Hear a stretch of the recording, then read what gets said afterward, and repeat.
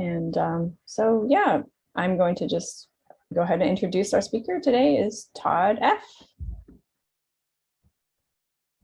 Morning, everybody.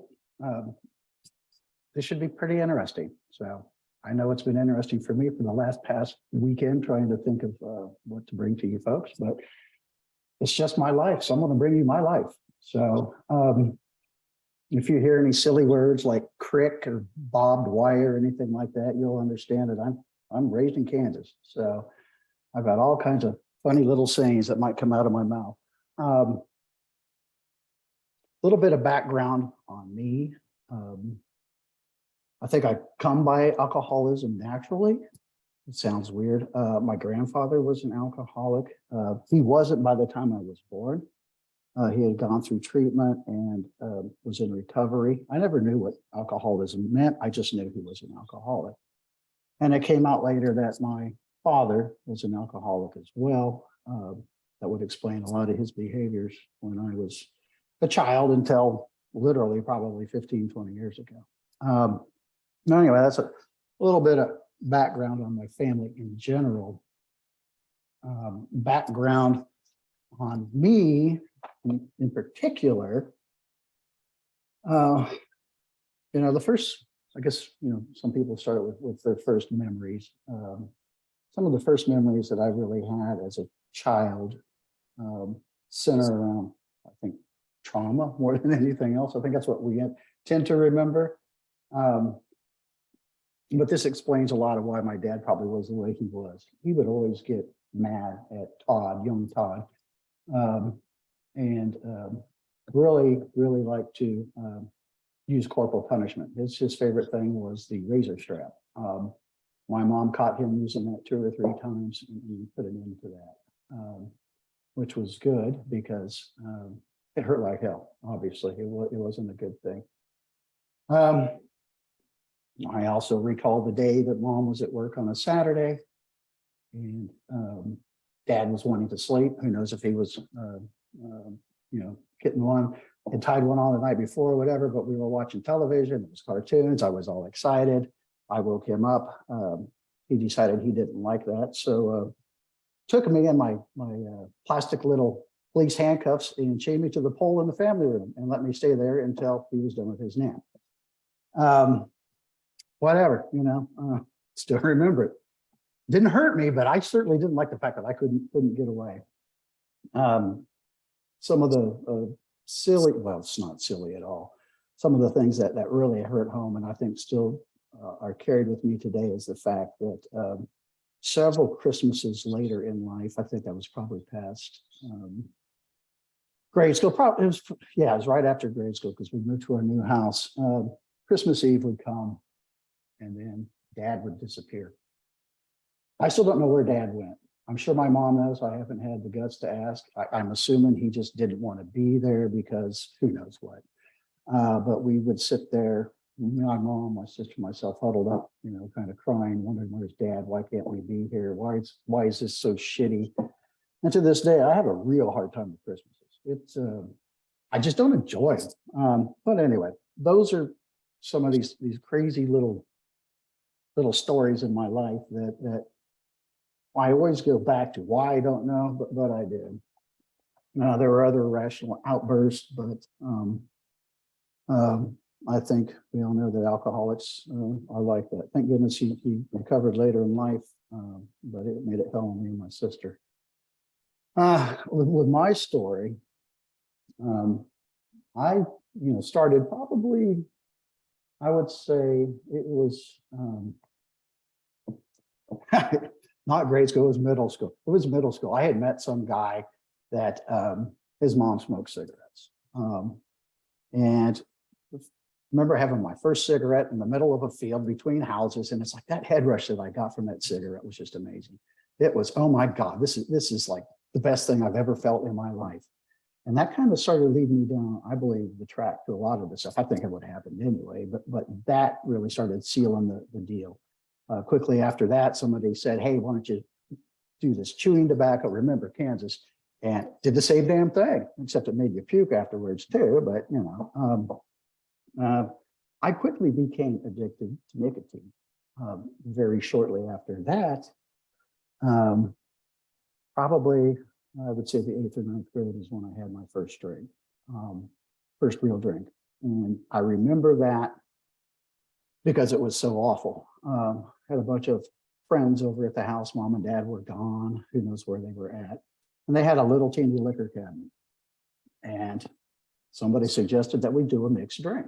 Well, I didn't know what a mixed drink was. I just figured you mixed everything together and that was a mixed drink. Unfortunately, apparently dad didn't like gin. I don't like gin either to this day, that's for sure, because I remember that's pretty much what it was. But we all got drunk and I got violently ill. But that did not stop the drinking. That just started the drinking. From that point, everybody was talking, us, 14-year-old kids, about this was so cool. We need to do this more often. And somebody said, yeah, I'd like to smoke pot. And you know what? We went on a mission to find marijuana and we found it. That was real easy to get. I also remember the first time that I got high. And I know I've heard lots of people say, you never remember your first Coke, or your first this, or your first that. But I remember cigarette, drink, and pot. Where I was, exactly what I was doing, how it sounded, how it smelled. Those are vivid things in my memory. From that moment forward, it became a lifelong goal to stay high. And I made my way through high school, I would say high every day. We would drive to school, 5 minutes to school. We were able to go out at lunch, go get high, come back, and leave, obviously, afterwards and get high again. And that's literally how I spent 3 years. It was how I made it, I don't know. I did well in school. I got A's, except for I got a D, and I can't remember what the hell it was. Calculus, geometry, hell, I don't remember even what it was, but I hated that class. But I was able to get through it. How, I don't know, but I did. In high school, things started changing at home again too. My parents were raised Catholic. They were Catholic. I was Catholic. I had gone through confirmation. I think that's when you get your middle name, something like that, your silly middle name there in the Catholic religion.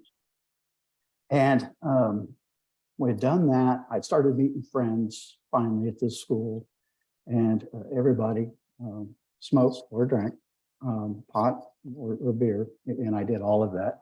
And I found a lot of these kids in the Catholic Church, believe it or not. Imagine that. They like to drink. And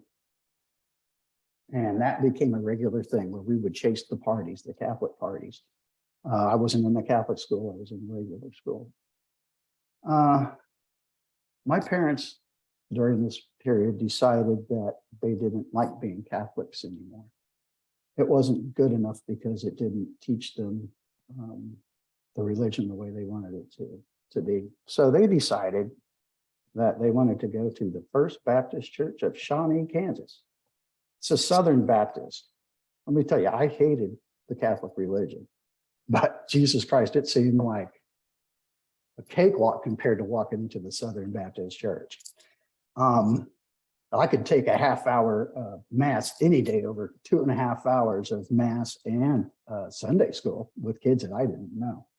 But anyway, that's where I ended up at that point. These kids in the First Baptist Church did not smoke, did not drink. They loved Jesus, and they wanted Todd to love Jesus too. Todd thought maybe he could love Jesus. Check in and see how you're feeling and how you're doing. But I'm doing whatever, sorry. I eventually found the kids at First Baptist Church that weren't like the rest. Imagine that. And these kids were probably more into things than my Catholic friends. This is where I was introduced to not just marijuana, but the people that sold it. Acid, coke, pills, you name it.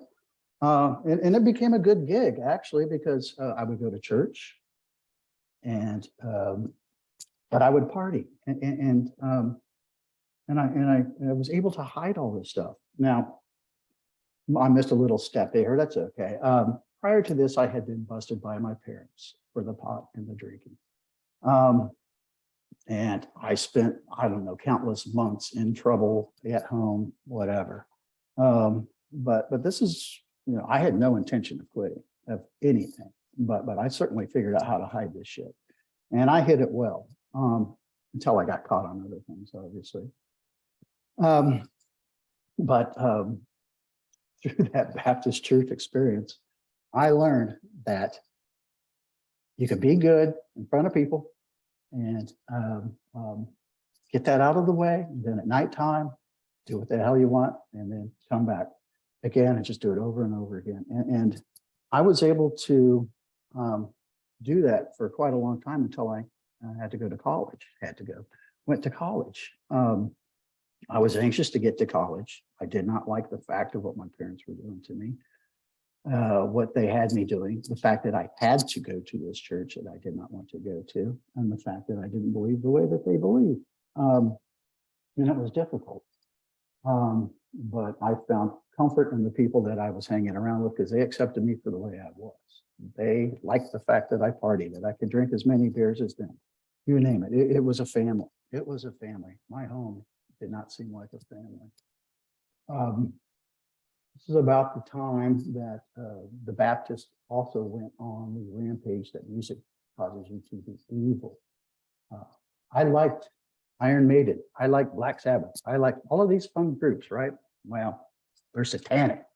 They're satanic. I remember one night I came home from work, worked at a pizza place, where they served beer, by the way. It was amazing. We were drunk a lot too. And my dad had all of my albums downstairs, and he says, "Son, we're going to do this for your benefit. I'm going to break all of these things because they're leading you to the devil." And I just looked at him. I didn't have anything to say. What the hell do you say? This man's bigger than me. I'm afraid of him because of the shit that's happened in the past. He's definitely got domination over me. I just watched him start breaking it, walked upstairs, and I probably did not talk to my father for, I would say, a good 2 or 3 years after that. I just said, fuck this. This just makes no sense. At that point, things really started, I would say, not to escalate because they stayed fairly similar throughout most of my life, but that's when I went to college. And they didn't have a lot of pot out in Western Kansas, but they certainly had a lot of beer. That's where I learned how to do beer bongs. I could chug beers down at, one at a time. And it was just a lot of fun. Again, I'd be good during the day. I would go to school. I got great grades, but at night I was drunk. I remember I was in the architecture studio. Me and my friend Steve, we would get all of our stuff done. Everybody else would be there working late at night to get their projects finished. We would go out, get drunk, come back and laugh at everybody because they were still there working hard, but we were out partying already and having fun, and we would get good grades, but they were busy working hard. So this behavior continued and continued. My first wife, believe it or not, I met at the First Baptist Church of Shawnee. She was kind of a pastor's kid. When I graduated college, I was recruited by a firm in Columbus, Ohio, where I'm at now, to come to work. I decided that it was a good idea to ask Tricia to marry me and that she would come with me. I also thought that I could stop drinking and smoking to do this nice religious marriage because she was very religious. I tell you, that lasted about 6 months. I didn't drink, I really didn't smoke, but the alcoholic tendencies were already there. She saw that, and that relationship ended pretty quick. She knew that I was abusive to her. I was just a mean son of a bitch, probably because I couldn't drink and I couldn't smoke. I was a repeat of what was happening the rest of my life. So we divorced. It was devastating to me. It really was. And my friends were my parents at that point in time. They started talking. And, again, this was something that Jesus could help, though. At this point, they had decided that the Baptist church wasn't good enough. So they went to the Holy Rollers Church. My parents have liked lots of religions. And these are like the snake charmers or whatever, literally. And tried to pray my way through this. I really tried. Believe it or not, I tried like hell. I tried, because I thought this might do something. Absolutely not. I was just sad all the time. What ended up happening, though, is there was a young group of recruits at our office that had just graduated from college. And I wasn't too far off from them. And this is the people I started hanging around again, the young ones, the ones that just got out of OSU, that knew where all the great bars were. And lo and behold, I'm right back into that world, right back into it again. And it stayed that way. It stayed that way for a long time. I ended up meeting a girl, Leanne. I remember that vividly. She had 2 kids, and she ended up living with me for a while. And it was so weird because that was like the closest time I think I ever had to a family because the kids were there. And it was just neat. But she had her own issues. And I could just see that it wasn't going to work out. I kind of said, hey, you need to move on. And it's funny, she did. And I did not hear from this person. I tried to track her down. I could not. It just disappeared off the face of the planet, it seemed like, and she had become, you guys familiar with Forrest Gump? She became my Jenny. She was the one that I thought about. She's the one that I thought about. Now, a few years later, I married my second wife, Mary. Mary was a Catholic. Her family was Catholic. Remember what I told you? I like Catholics because that was great compared to those Southern Baptists. They drank. I was fine in that family. I could do whatever the hell I wanted. I fit in. Now, they didn't drink much, but they certainly didn't give a shit that I did. And my alcoholism really took off in that relationship. Anything that got me mad was a drink. Anything that got me happy was a drink. There was a reason for anything. And that I was married for 20 years to Mary. And I would say that I was probably drunk 3/4 or more of that time at night, not during the day. I was always wait for night. And it was a weird relationship, not real weird. She was more like a sister. I'm more like a brother. But I finally realized this just is not going anywhere with me, with her, whatever. She had started finding her own way.